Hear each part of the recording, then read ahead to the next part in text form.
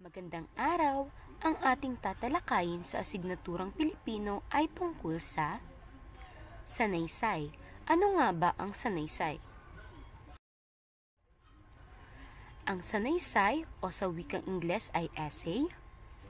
Ito ay isang uri ng panitikang susulat sa anyong tuluyan na karaniwang pumapaksa sa mga kaisipan, ideya, mensahe at mga bagay-bagay na gustong bigyan diin ng may akda.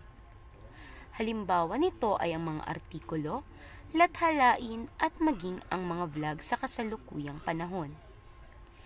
Kasama rin dito ang mga akdang pandalub-aral gaya ng thesis, disertasyon at diskurso.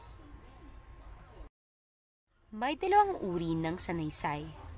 Una na rito ay ang formal o maanyong sanaysay at ikalawa ay ang pamilyar o di formal o tinatawag rin na palagayang sanaysay.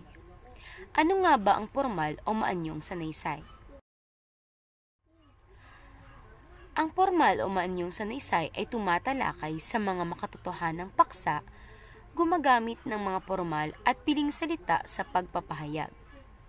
Dumadaan din ito sa pananaliksik at gumagamit ng mga sanggunian para masuportahan ang taglay na pahayag o argumento.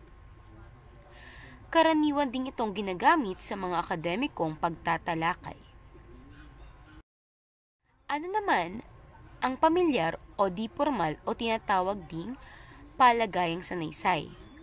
Ito naman ay higit na malaya, mapangaliw at mapagbiro sa pagtatalakay, karaniwang pang-araw-araw at personal na paksa. Pagiging malaya ng may akda sa paggamit ng sarili niyang boses at estilo. Mararamdaman din ng mambabasa ang damdamin ng may akda. At ang pananalita sa di formal na sanaysay ay paraang usapan lamang ng magkaibigan. At bilang panapos na gawain, maaari ba kayong magsulat ng isang di formal na sanaysay tungkol sa inyong sarili? At bilang gabay, narito ang rubrik sa pagsulat ng sanaysay. Sa nilalaman, 15 puntos. Sa kahusayan sa paglalahad ng ideya, 10 puntos. Wastong gamit ng mga bantas, 5 puntos. At bilang kabuuan, 30 puntos.